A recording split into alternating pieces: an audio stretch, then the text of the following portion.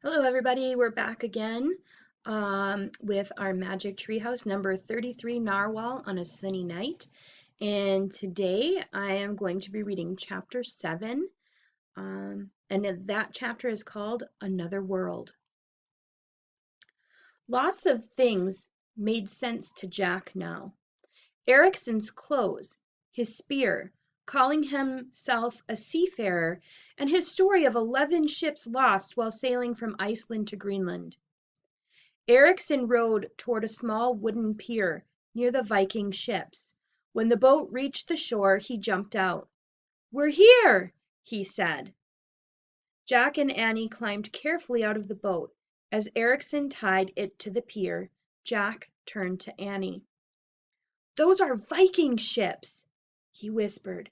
"We saw ships like that on our mission to Ireland, remember? Viking raiders were invading the coast." "Yikes," said Annie, her eyes wide.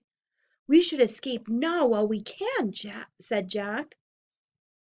"Wait, wait, let's look at the rhyme," said Annie. Jack slipped the rhyme out of his bag. Annie pointed to the last verse. They read it silently. "Explore different worlds. Show friends where to go. Unite all these worlds with a word that will glow." "I think we're doing what Morgan wants," Annie said. "We explored the world of seals and orcas and narwhals, and now this world, the Viking world." "But what about—" Jack started. "Shh," said Annie. Ericsson had finished tying up the boat. Jack put the rhyme back into his bag. "Follow me," Ericsson said. Even though he was still limping, Ericsson walked faster than Jack and Annie. He bounded across the rocky shore and started up a hill. Jack and Annie hurried after him. Soon they could see a cluster of buildings over the crest of the hill. There was a long wooden house and smaller thatched huts and several barns.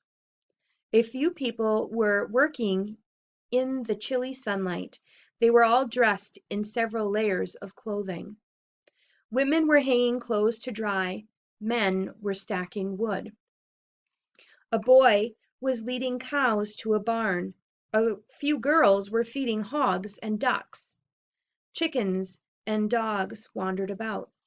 Suddenly the dogs began to bark. Everyone looked around. A woman cried out and pointed at Jack and Annie. Two brown and white dogs bolted down the hill, barking ferociously. Ericsson shouted a command. The dogs stopped barking. A tall, burly man strode down the slope. "My father," said Ericsson. Ericsson's father had long red hair and a wild, bushy beard. He carried an axe. "Oh no," whispered Jack. The Viking man looked fierce.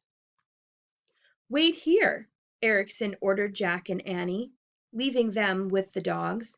He limped to his father. Jack nervously watched him speak to the wild-looking man. "How are you guys doing today?" Annie asked the dogs. The dogs barked. "Oh, you're just pretending to be scary," she said. The dogs tilted their heads, then started to pant. Their tails were wagging. Annie laughed and held out her hand for the dogs to sniff. Their sniffing quickly turned into licking. Ericsson and his father walked down to Jack and Annie. "This is my father, Eric," the boy said. "He is a chieftain here." "Oh, uh, hello, sir," said Jack. "Glad to meet you," said Annie. "Where do you come from?" Ericsson's father asked in a deep voice. "Frog Creek, Pennsylvania," said Jack. "In the United States of America," Annie added. "You might not have heard of it," Jack said quickly.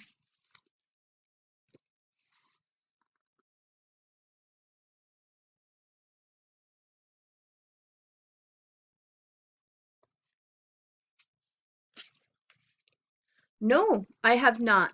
Where is that? Eric asked gruffly. It's on the continent of North America, said Annie. Oh no, thought Jack.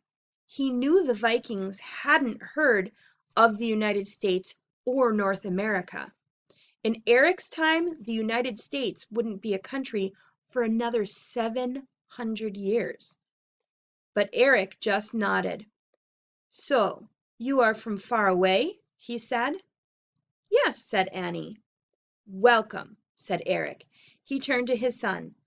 Leaf, let us take your friends to the house.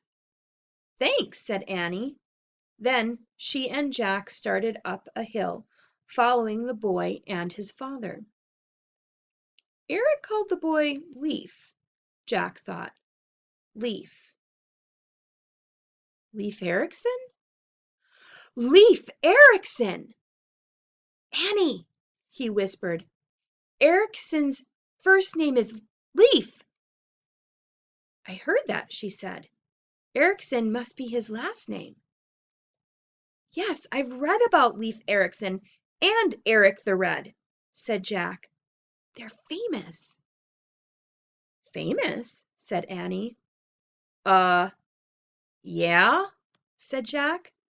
They're two of the most famous explorers in the history of the world.